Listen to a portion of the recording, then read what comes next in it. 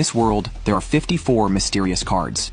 The owners can transform these cards into gloves to gain corresponding powers. For example, the power of the Three of Diamonds is to turn touched objects into marbles. This caught the attention of various forces. They were willing to sacrifice their lives to collect more cards. Due to high-level conflicts, the cards scattered across the world overnight. A few days later, a pickpocket named Finn was scouting targets on the streets. He quickly spotted several wealthy individuals.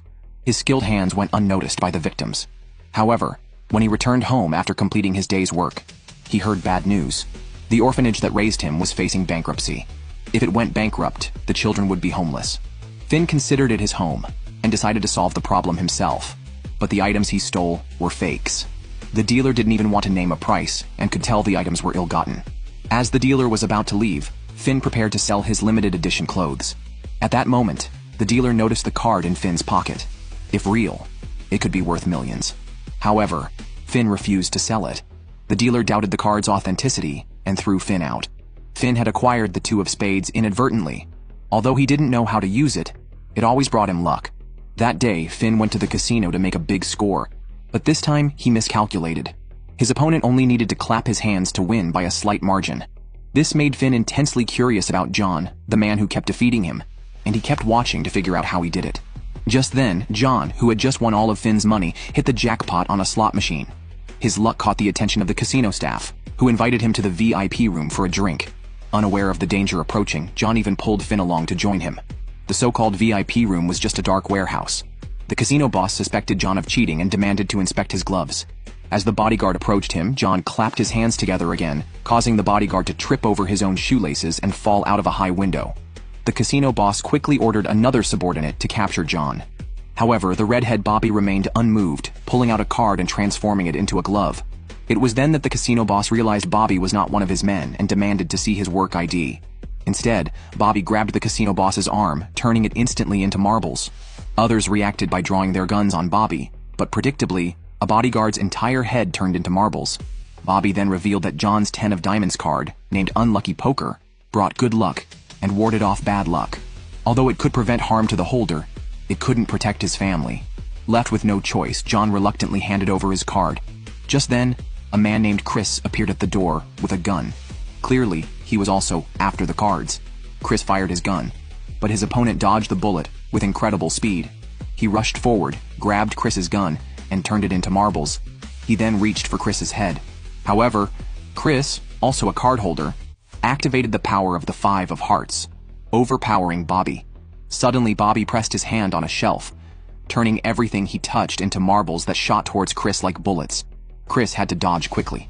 Finn was completely shocked by the scene but chose to flee immediately. As Finn left, Bobby realized Finn had stolen his card. Believing the card could save the orphanage, Finn stole a car and fled.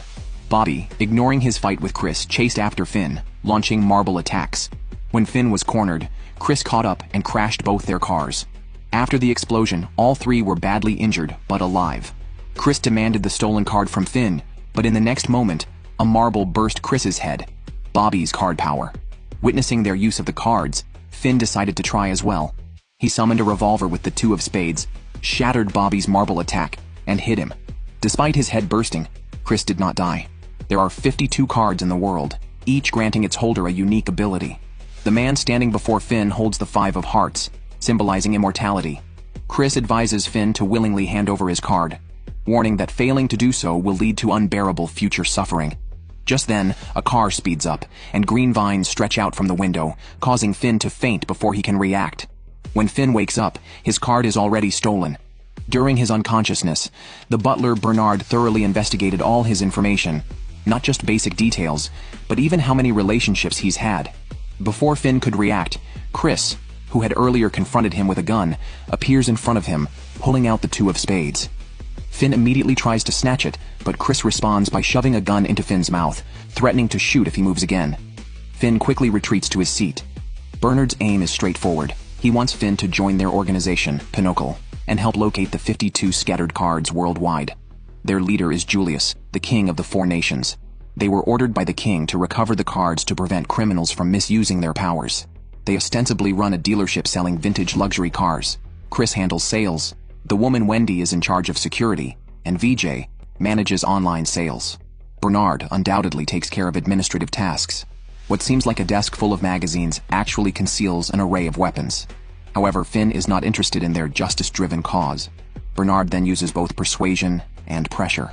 For instance, the redhead Bobby, who used marbles last night, is from the notorious Mafia Klondike family, whose influence even reaches into the government and police. They, too, are keen on recovering the cards. Finn's only chance of survival is to willingly hand over his card. Otherwise, they can easily find him. Bernard promises Finn a high salary if he joins them. After Finn agrees, Bernard returns his card and assigns Chris to supervise him. They then head to a suit shop to pick out a formal outfit. While choosing suits, Finn questions Chris about having seen him killed by a marble, only to see him alive again. Chris reveals that his 5 of Hearts card ability heals any physical damage by burning calories, necessitating a high-calorie diet daily. Reluctantly, Finn sits and waits for Chris to finish when a waiter accidentally spills dessert on a customer, causing an uproar. Finn steps in to act as a peacemaker, but the customer is unreasonable and swings a punch at him. Chris intervenes just in time, and together they manage to defuse the situation for the waiter.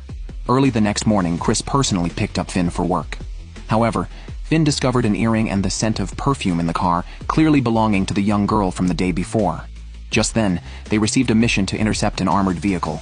Chris instantly turned the car towards the target location, and the pursuing police cleared the way for them, unable to interfere with their mission. As Finn was still trying to understand the situation, Chris activated his card's power to become immortal. Seeing Chris change, Finn also pulled out his 2 of spades, turning it into a revolver. After catching up with the armored vehicle, Finn intended to shoot out the tires, but the vehicle's rear door suddenly opened and a man jumped onto their car roof. To Finn's surprise, it was the seemingly timid waiter from yesterday, who also possessed a card's power. Finn quickly fired his gun, but the bullets had no effect, as if hitting steel. Chris immediately braked hard, throwing the man off, but he was unharmed even after hitting a stone pillar. Meanwhile, Wendy easily took care of the armored vehicle. Undeterred, Finn charged at the man again, firing his revolver repeatedly, but he couldn't breach the man's defense, making Finn doubt his own abilities. As the man's counterattack became inevitable, luckily, Chris reappeared in time and forced the man back onto the car roof. This, however, completely enraged the man. He shattered the car window, grabbed Chris by the neck, and delivered a punch that shattered Chris's spine. At that moment, the car plunged into the water. With the man's rock-solid ability, entering the water was akin to suicide. However, Chris was also trapped inside the car, unable to escape. At that moment, Finn's ability awakened again. He could easily see through the water surface and clearly view the situation underwater. He then pulled the trigger, shattering the car window next to Chris, allowing Chris to escape. Thus, Finn's first mission ended quite simply. However, within the team, Finn was considered a burden because his 2 of spades card ranked the lowest and his strength was the weakest. The boy pulled out a magical card. Whenever activated into a glove, the card holder gains special powers. The Diamond 7 card had an even more outrageous ability. It could convert money into anything as long as you had enough. With just $1 million, the boy created a rocket launcher out of thin air. Today, just as Finn had put on his custom suit, a kidnapping occurred right next to him. Finn immediately looked towards an electric car nearby. The kidnapper was in a worse situation, and the boy, who should have been panicked, seemed indifferent, showing no fear at all. This boy, named Leo, was the son of a wealthy man. At that moment, Finn drove the electric car and shot the kidnapper's tires, causing the car to lose control and crash by the roadside. By the time the kidnapper regained his senses, the boy was gone. Finn then pulled Leo into a restaurant. However, Leo did not thank Finn. Instead, he blamed him for meddling. The two argued non-stop. Fortunately, the kidnapper arrived in time. The kidnapper brothers had been running a small factory, but, for some unknown reason, a major client, who was Leo's father, suddenly stopped cooperating. This dog-eat-dog situation was normal, where only the strong could thrive. The kidnapper brothers couldn't grasp such business maxims and immediately started a fight with Finn. Leo did not help at all. Luckily, the police arrived in time and took them all to the station for questioning.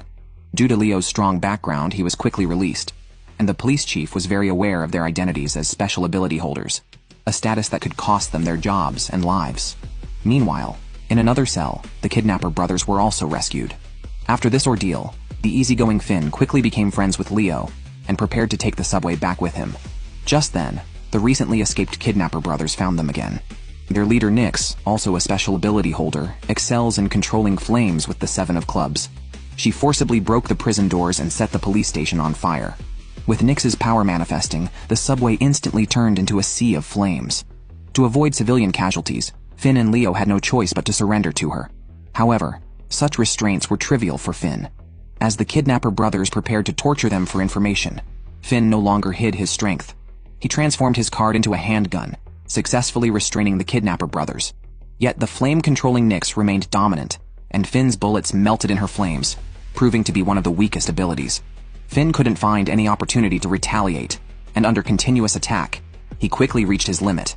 As Nyx was about to deliver the final blow, a car blocked her attack. The newcomer was Chris, who then threw a suitcase to Leo, which turned out to be filled with cash. Leo also stopped hiding his strength.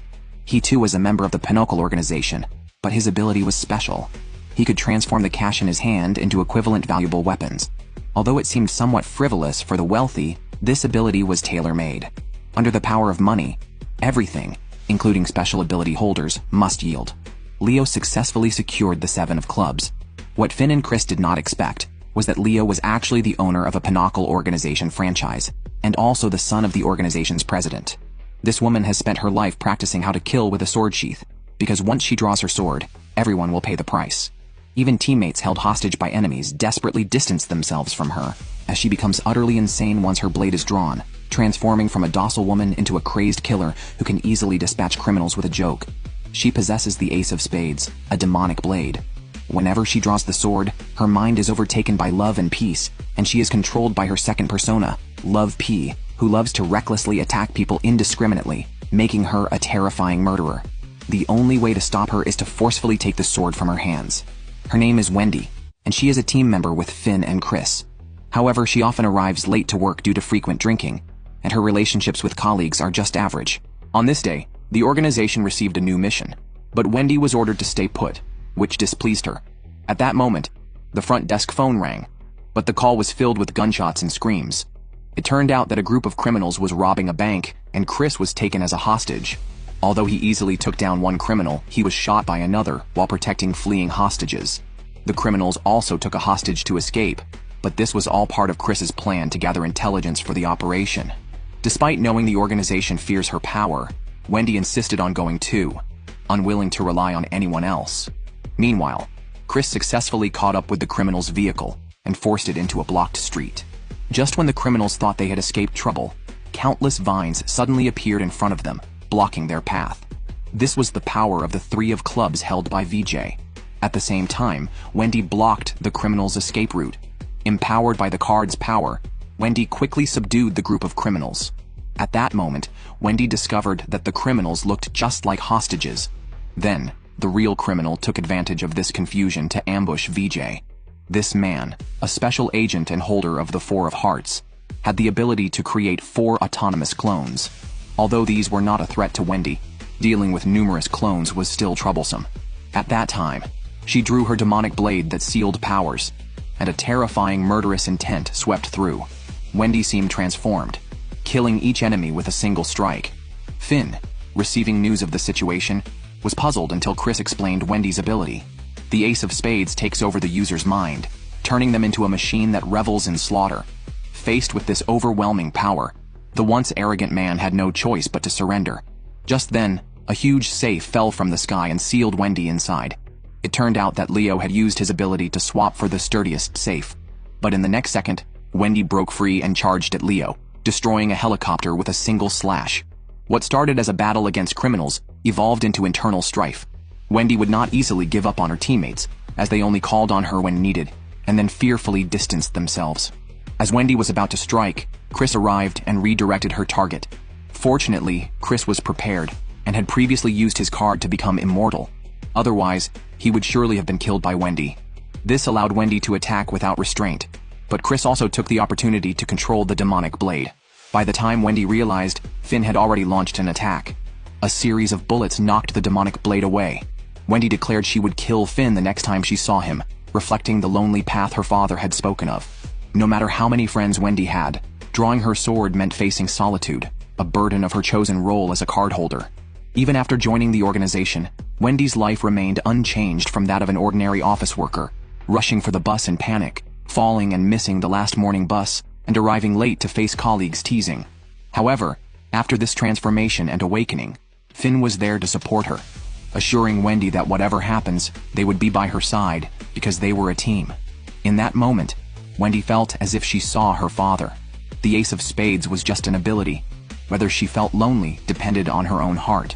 Due to the bank robbery incident, Chris caught the attention of the rookie police officer Sugar through surveillance footage. However, all related reports were deleted, and even her superiors were dismissive. Everyone advised her to back off, but Sugar was not ready to give up. During the interrogation of the criminals, Sugar quickly found a breakthrough and a valuable clue. Over the next few days, she kept a close watch on Chris's team, but found no suspicious activities after several days of surveillance.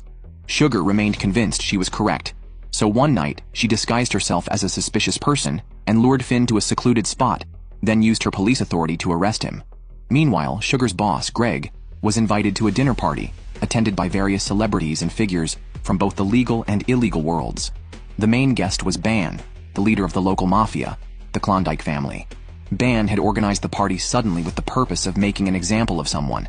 This person was the criminal Sugar had interrogated. Ban publicly executed a traitor to the family, who quickly fell into a pool of blood, trembling. On the other side, Finn was being taken to the police station by Sugar. As their vehicle entered an intersection, a truck hit them, flipping their vehicle.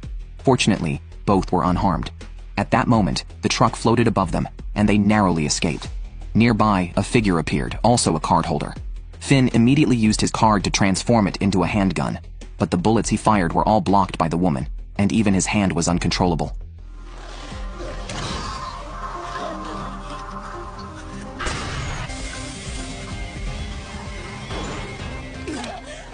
In this world, there are 52 cards, each linked to a loyal knight with unique abilities. Collecting all the cards makes one the king of this world, possessing wealth and beauties. At an auction on a cruise ship, the Five of Diamonds, symbolizing justice, was available. The Pinnacle organization, representing justice, could not miss this opportunity, even though their formidable opponents included Norman, a business rival with 2 card holders. Leo's team planned to swap the real card with a fake. However, an unexpected issue arose. Finn had been vomiting since boarding, leading Leo to worry about the mission's success, though the others were more optimistic. At the auction, Leo attended as a VIP, and Finn, disguised as staff, stole the event manager's keys and handed them to VJ. VJ then placed the keys in a wine glass for Wendy to collect. Back in her room, Wendy waited for the courier, accidentally spilled her wine as a ruse, and used her charm to lure the courier in to change clothes. During this, VJ stealthily extended vines into Wendy's room to steal the courier's ID. Pressed for time, Wendy delayed the courier with red wine. Once Chris took the keys from outside the room, VJ used the vines to pass the stolen ID to Chris. Disguised as the courier, Chris successfully entered the warehouse. As they accessed the elevator, an accomplice smoothly replaced the surveillance footage. They only needed to open the safe and swap the cards. Just then, the lights in the elevator flickered suddenly, and a black man appeared behind Chris. He was Blist, Norman's bodyguard, and also a card holder. Blist instantly destroyed the fake card Chris was holding. Chris quickly used his card's power, but Blist was already aware of their plan. Facing Chris's counterattack, Blist continuously shocked Chris with 1,000,000 volts. If not for Chris's immortality, he would have turned to ash. Meanwhile, Leo was anxiously contacting his teammates, but Wendy was already drunk with the courier. Left with no choice, Leo had to keep bidding against Norman. At the same time, the seasick Finn found Chris. Just as Finn's seasickness flared up again, Blist took the opportunity to capture Finn as leverage. However, Chris kicked the card display stand, using the impact to rescue Finn. As the stand headed towards the venue, Finn chased it down, pushing it into the venue at the last moment, but accidentally knocked Leo over. Just as Leo was about to continue bidding, Finn vomited on him, causing Leo to miss his bid and allowing Norman to successfully win the card. However, surprises weren't over yet. A card holder from the Klondike family appeared, using their power to hijack the card, proving to be the strongest among those recently revealed.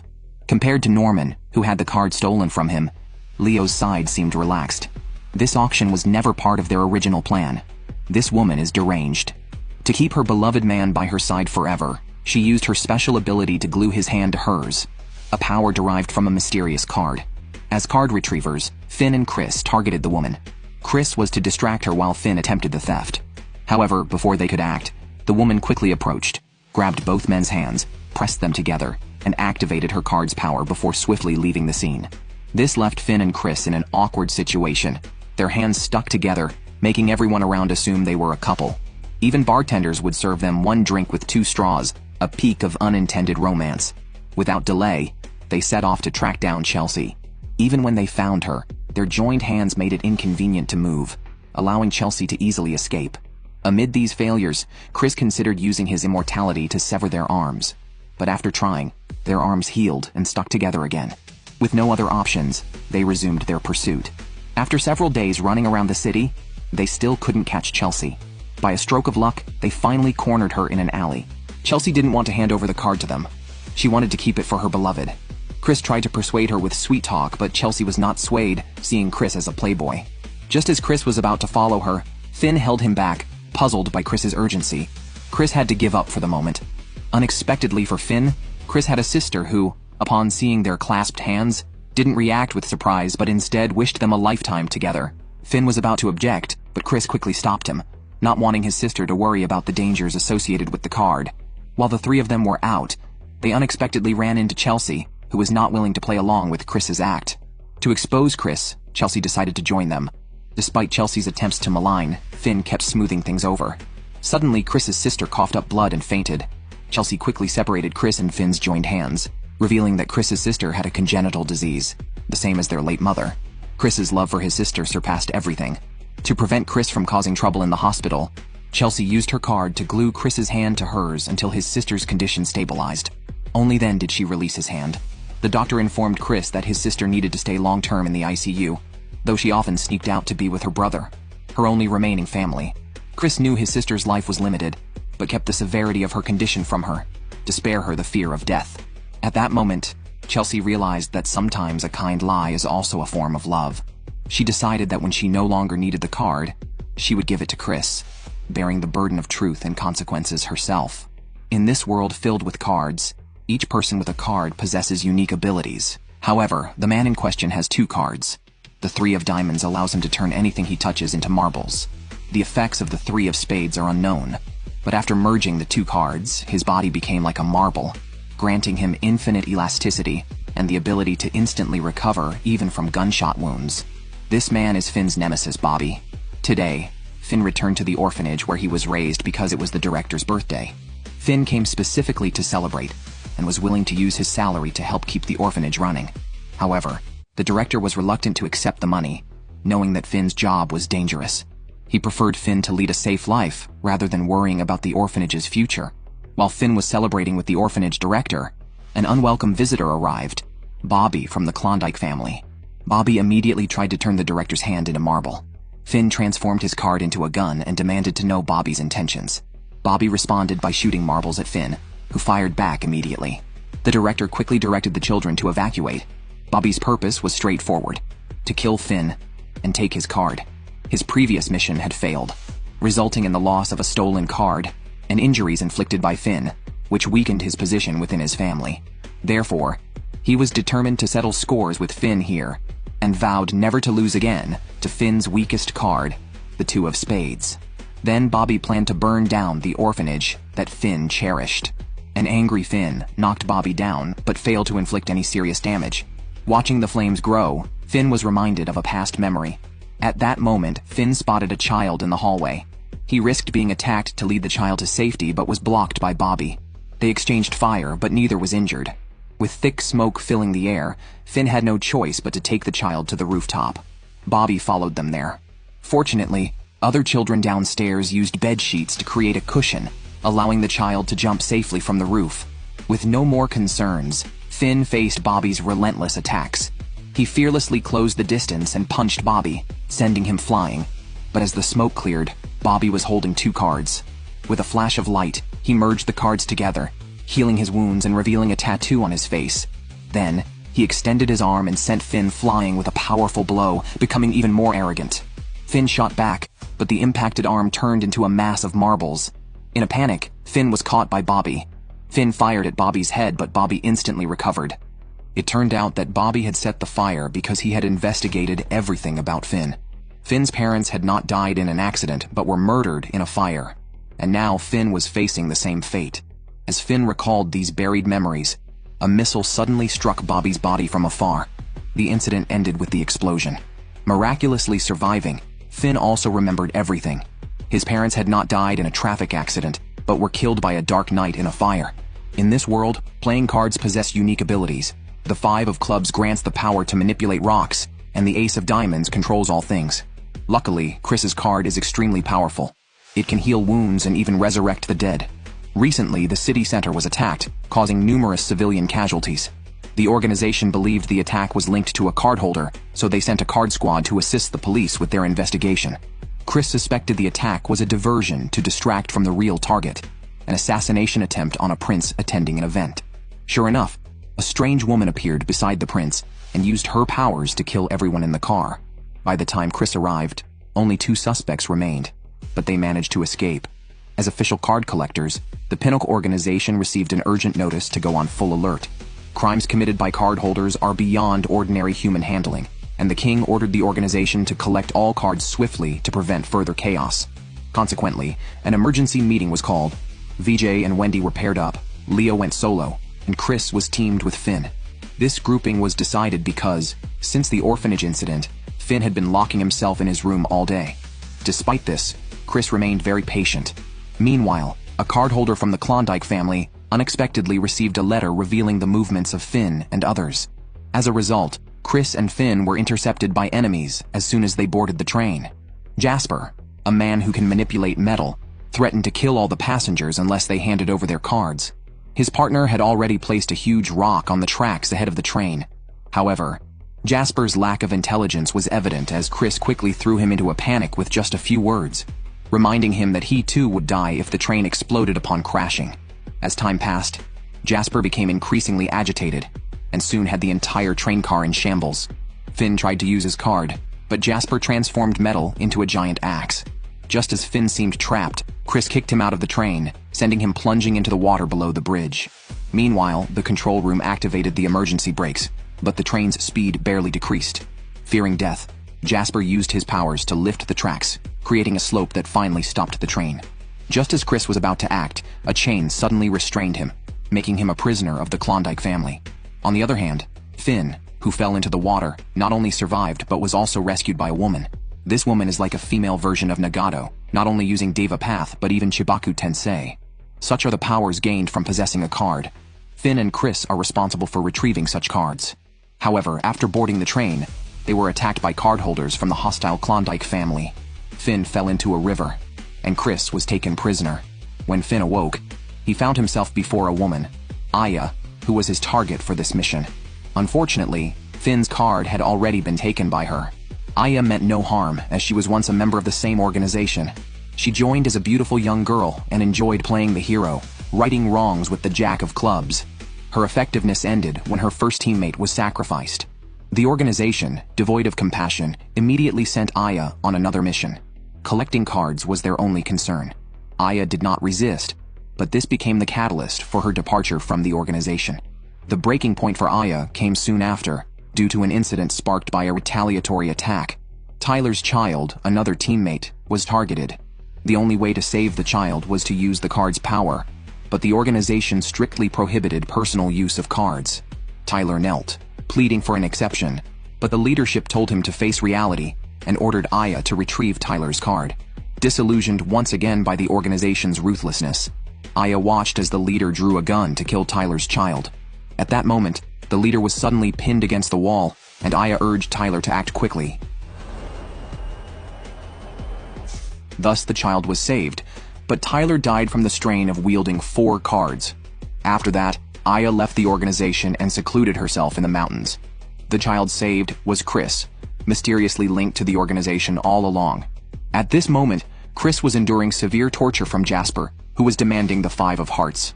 Suddenly, Chris headbutted Jasper. Meanwhile, Aya voluntarily gave her card to Finn, curious to see what he would do under similar circumstances, knowing that he joined the organization to earn money to save the orphanage. Just then, the ground shook violently as a card holder from the Klondike family, Alexander, located them. He instantly raised a mass of broken rocks, knocking Finn away. Finn quickly returned the card to Aya, whose powers proved far superior. Before Alexander's attack could hit, Aya used Diva Path to save Finn. She then moved behind Alexander and used Diva Path again to smash rocks into him. Following Diva Path, she unleashed Chibaku Tensei, attracting everything nearby onto Alexander. However, Alexander, like Kurama, forcefully escaped the confines of Chibaku Tensei. He stomped the ground, trapping Finn with stone pillars, and causing the ground under Aya to collapse as she was about to attack, making her fall into a pit. Just then, a car sped towards them. Alexander flipped the entire ground again, but Chris kicked him away. Chris's indestructible nature allowed him to manipulate the situation freely, yet Finn noticed that this time, Chris did not use his powers to heal his injuries. Instead, he took Alexander's card and, shockingly, pointed a gun at Finn the next second.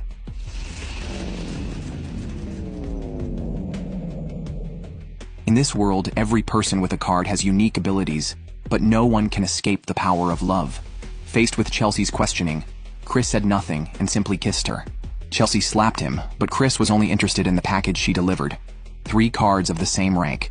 The 5 of Hearts was his own, granting him immortality. The 5 of Spades was from a card holder he encountered by chance, and the 5 of Diamonds was swapped at an auction, which was the card previously stolen by the Klondike family. In fact, he had already switched it. The mishap during the operation was intentional. Chris had leaked information to the Klondike family's card holder to snatch the 5 of Clubs from Alexander. This way he could activate the power of 4 identical cards like his father. Just then, Chris was suddenly surrounded by police. He quickly ran to cover. As he prepared to use his card powers, unexpectedly, all the police were attacked by the Klondike family. Although unsure why, Chris had more pressing matters to attend to. Meanwhile, Finn, who had been shot, woke up again. The card's defensive power was unbreakable, and Chris had shot precisely where Finn's card was placed in his pocket. Leo informed Finn that Chris had been expelled from the organization and became the most wanted person, having stolen 4 identical cards. The purpose of Chris's actions was unknown because the Klondike family had already begun their move. All members of the organization, including Leo, were suspected of harboring Chris, especially Finn.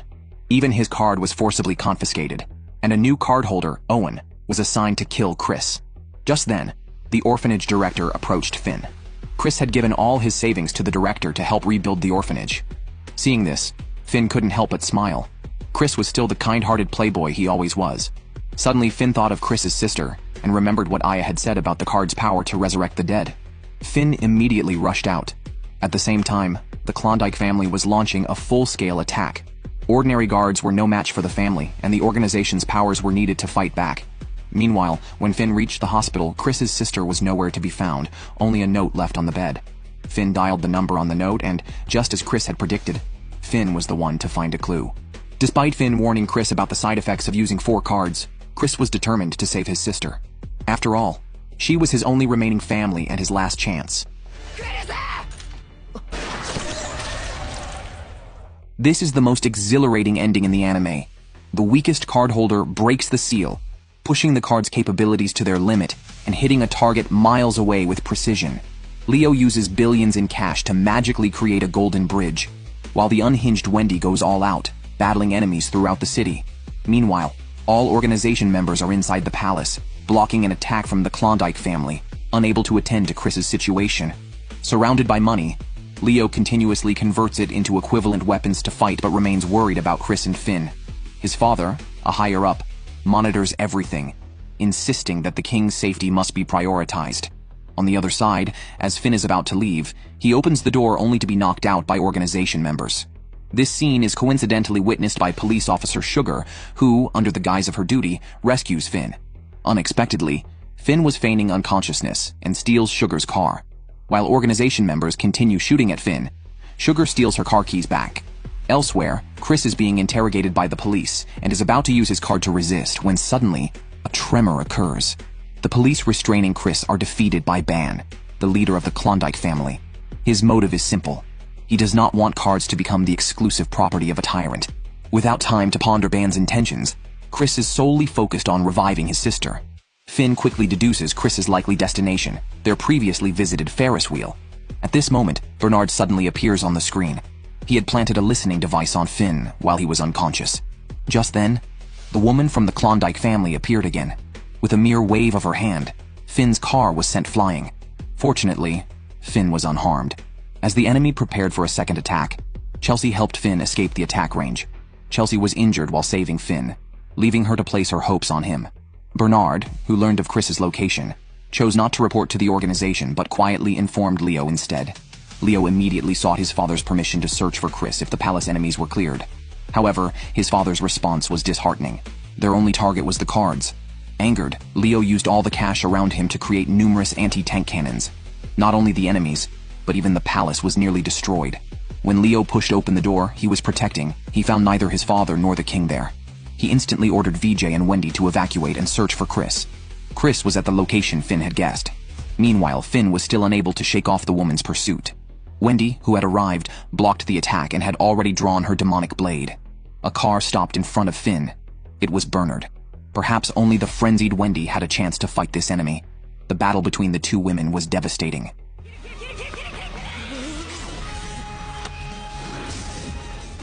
Police officer Sugar holding a gun warned them to stop, but they completely ignored her.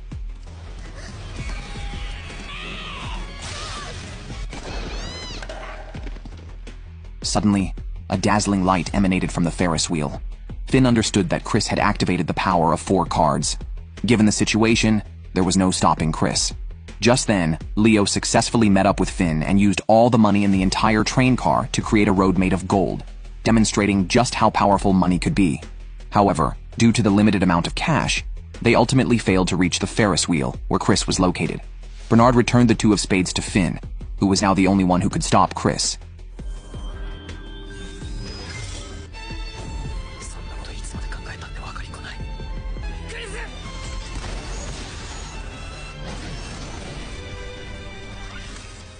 Finn successfully rescued Chris, but in doing so, he broke the prohibition of using 4 cards. Although it did not cure his sister, her life was no longer in danger, and Chris himself did not die from the backlash of the cards.